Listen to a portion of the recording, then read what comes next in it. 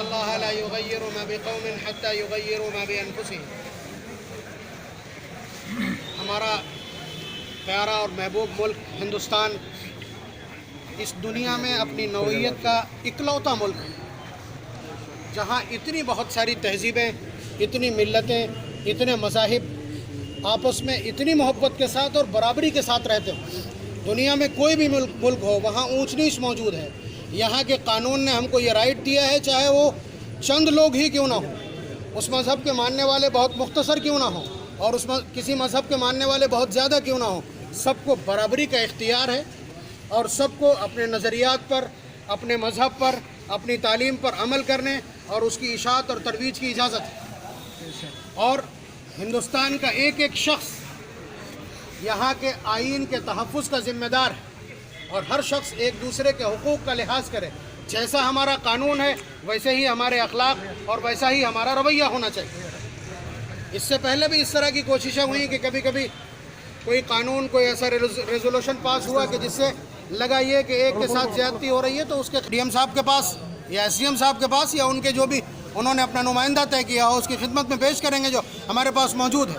بس دو ٹوک بات یہ ہے کہ ہم ہندوستان کی آبرو اور اس کی عزت اور پوری دنیا میں پھیلا ہوا اس کا وقار اور اس کا سمان متاثر نہیں ہونے دیں گے انشاءاللہ، اور اس کی جمہوریت کو، یہاں کے آئین کو، یہاں کے سنویدھان کو ہم اپنی جان سے زیادہ عزیز رکھتے ہیں۔ اگر یا اس کا سیکولرزم اور اس کی روح متاثر ہوئی تو پھر آپس کی محبت ختم ہو جائے گی، جو ہندوستان کے لیے اچھی علامت نہیں۔ بے شک ہم کوشش کریں گے کہ ہم جس طرح صدیوں سے یہاں محبت کے ساتھ، آپسی بھائی چارے کے ساتھ رہتے چلے آئے ہیں، ہم اسی طرح بھائی چارے کے ساتھ، محبت کے ساتھ، قومی یکجہتی کے ساتھ یہاں رہیں گے۔ ہمارے انشاءاللہ دائیں طرف ہمارا ایک ہندو بھائی رہتا ہے، بائیں طرف ہمارا سکھ بھائی رہتا ہے، ہمارے سامنے کسی عیسائی کا گھر ہے، ہمارے پیچھے کسی بدھسٹ اور کسی جینی کا گھر ہے۔ ہم آپس میں بھائیوں کی طرح رہتے ہیں۔ ہمیں کسی چیز کی ضرورت پڑتی ہے ان سے مانگ لیتے ہیں۔ اگر اس طرح کی لکیریں، اس طرح کے پالے اور اس طرح کی لائنیں، اور یہ اس وقت جو سی اے بی پاس ہوا ہے، سٹیزن شپ امینڈمنٹ بل، یہ بظاہر ہم کو لگتا ہے کہ اس میں سمودائے وشیش کو آؤٹ لائن کیا گیا ہے یا کسی ایک سمودائے کے ساتھ، ایک مذہب کے ساتھ مذہب کی بنیاد پر تفریق برتی گئی ہے، امتیازی سلوک کیا گیا ہے۔ اس لیے ہم نے یہ خاموش احتجاج درج کرایا ہے جمعیت علماء کی طرف سے، جو ہماری سب سے متحرک اور فعال جماعت ہے۔ اس نے آل انڈیا کال دی ہے کہ ہم اس کو رد کرتے ہیں، ہم اس کی مخالفت کرتے ہیں، اور جمہوریت میں یہ ہمارا باقاعدہ حق ہے۔ جمہوریت نے ہم کو یہ حق دیا ہے، اگر یہاں کے کسی قانون، یہاں کے کسی اقدام سے ہم کو کوئی تکلیف ہے تو ہم اس کا اظہار کر سکتے ہیں۔ ہم نے یہ اپنا حق استعمال کیا، یہ جمہوری حق ہے، اور یہاں موجود یہ بڑے ذمہ دار قسم کے لوگ ہیں، اور ہم چاہتے یہ ہیں کہ ہمارے اس میمورنڈم کو قبول کیا جائے اور اس کے بعد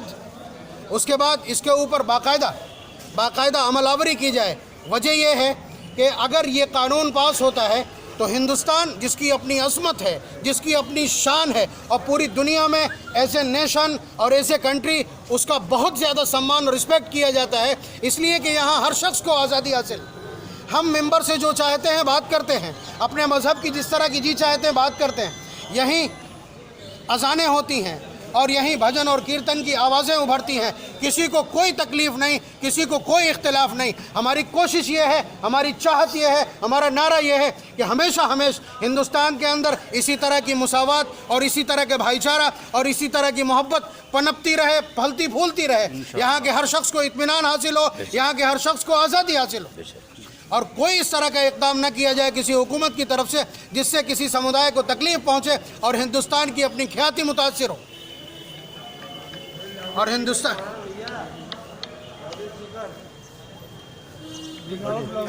تو جمعیت علماء آج پورے ہندوستان میں احتجاج کر رہی۔ شہر کو ہم نے 3 حصوں میں تقسیم کیا۔ موسم کی خرابی کی وجہ سے یہ مجمع